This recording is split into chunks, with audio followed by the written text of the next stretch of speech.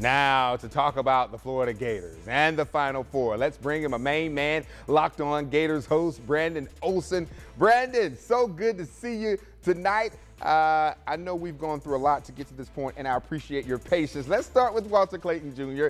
They were down by 9 points, 3 minutes left in the game. He went off. This guy has ice water in his veins.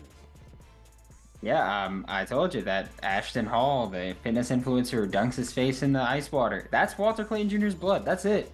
That's it. He's ice water in the veins there completely. He's just the leader of this team, and he can get hot in a hurry, and that's the best thing about him. I mean, he always shows up in clutch moments. Last year was a very brief appearance in the tournament against Colorado, but today or this year, they're out there. He's hitting clutch three after clutch three. He's in the conversation for best player in the country.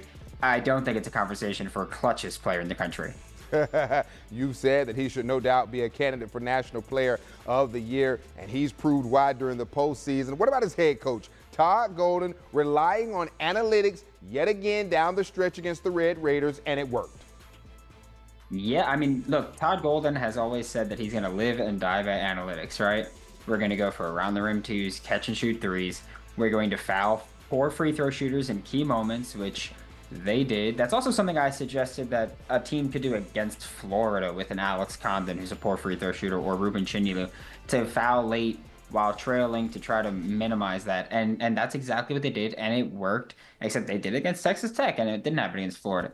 Brilliant strategy, incredible approach to take. And also, I think that in the Sweet 16 and the Elite Eight, we've seen more adjustments from Todd Golden than usual. He shrunk down the rotation, removing Urban Klavshaw, who's having a very bad tournament. Now they're going with an 8-man tournament. Thomas Houck is playing a ton of minutes. He's really focusing on winning within the margins, which is what all analytics is all about. And that's exactly what he's doing. And it's working so far. And you look at the Final Four, and it's teams that have prioritized a similar analytic mindset, but Todd Golden is more of the up-tempo style, and there's other schools that are quite different in pace, but for the most part, they want to do the same things. Brandon, you got what you wanted. The Gators are facing the Auburn Tigers for the second time this season. The Gators beat them back on February 8th, 90-81. Auburn was the #1 ranked team in the land. They're the #1 overall seed, but this time around, this team is a lot better than they were back in February. Yeah, it's going to be a battle, and Auburn fans and I, we do not get along. We don't like each other. This one's for all the marbles, and I'm going to talk my trash, but I'm very happy that they get the opportunity to prove that they're the best team in the SEC, because in the SEC tournament, Auburn was going through a rough stretch. They got eliminated, didn't make it to the championship game, which I think most people would have thought would be Florida-Auburn again. And now you get to see that matchup, and it's no longer, oh, you just caught Auburn on an off night. This is going to be to prove if Florida's the best team in the SEC, which I think they are. Sorry, I know they are.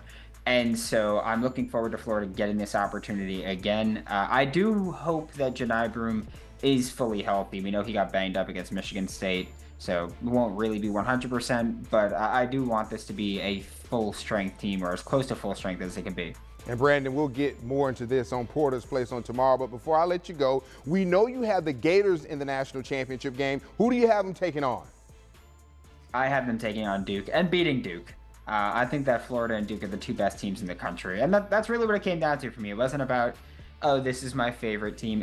I think these are the two best teams in the country, and I think that while we talked about last week, Stephen A. Smith saying, oh, is this the death of college basketball? You're seeing the 4 best teams in the country face off in the Final Four. This may not have the Cinderella storylines that people want, but this is quality over anything else. This is the best of the best going at it, and we're actually going to get the best team in the country as national champions this year. All right, Brandon Olsen, so good to see you. Locked On Gators host, G-O-O-D Good, making it known he has the Gators all the way. Thank you for staying up late with me tonight, my friend. Of course, anything you need. All right, see you tomorrow.